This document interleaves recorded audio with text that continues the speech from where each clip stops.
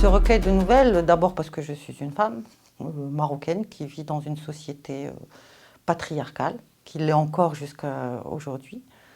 Et donc j'ai voulu faire un témoignage et un constat de toutes les violences qu'ont pu subir les femmes au cours du passé jusqu'à aujourd'hui.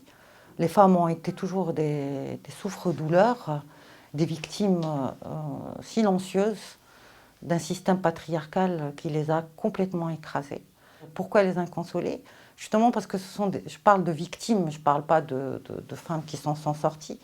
Je parle de victimes qui n'ont jamais été reconnues en tant que telles et qui ne sont toujours pas reconnues en tant que telles.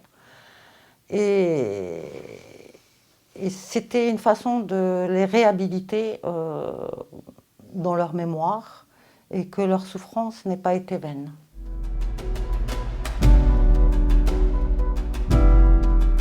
J'essaie d'aborder plusieurs thèmes comme le mariage précoce, le viol, l'accès à l'éducation, la calomnie, toutes sortes de mots dont on souffre encore aujourd'hui. C'est de la fiction, complètement de la fiction. C'est pas un travail sur le terrain, c'est juste,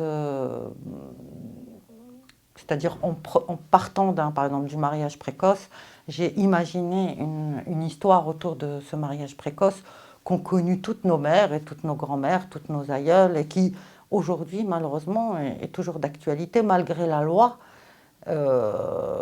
qui justement définit l'âge légal pour le mariage de 18 ans. Or, on remarque que 98% des dérogations qui sont menées au juge sont validées.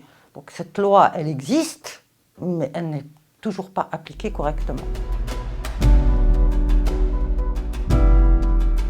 Celles du passé ont souffert. Celles d'aujourd'hui, elles souffrent toujours. C'est peut-être pas les mêmes mots, ou différemment, mais elles souffrent toujours.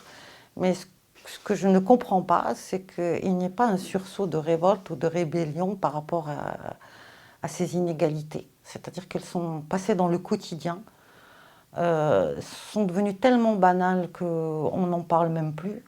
Si je prends le harcèlement des rues, il suffit de sortir dans la rue, n'importe quelle femme a été déjà harcelée au cours de son existence.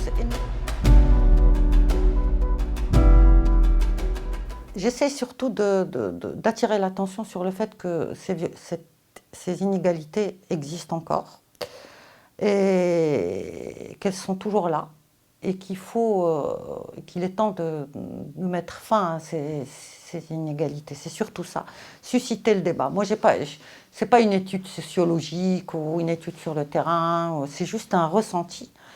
Et à travers l'émotion, faire passer un message, à savoir, ces violences ne peuvent pas, on ne peut pas vivre ces violences sans les dénoncer.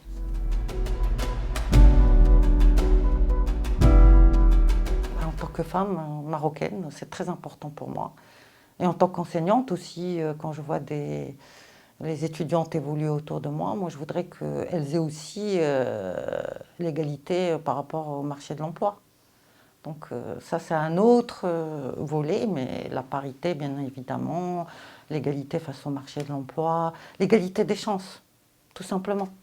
Qu'il est temps de changer, qu'il faut encore se battre, continuer de se battre pour avoir l'égalité des droits et s'extraire de ce système patriarcal qui nous bâillonne en fait.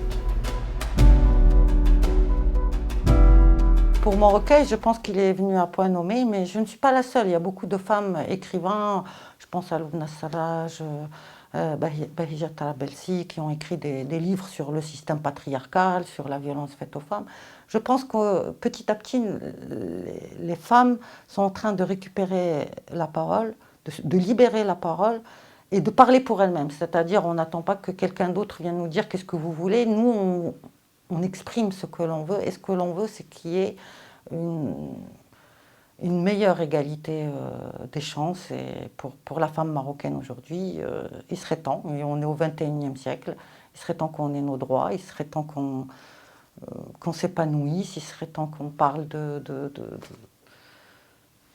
liberté, de libération de la femme marocaine.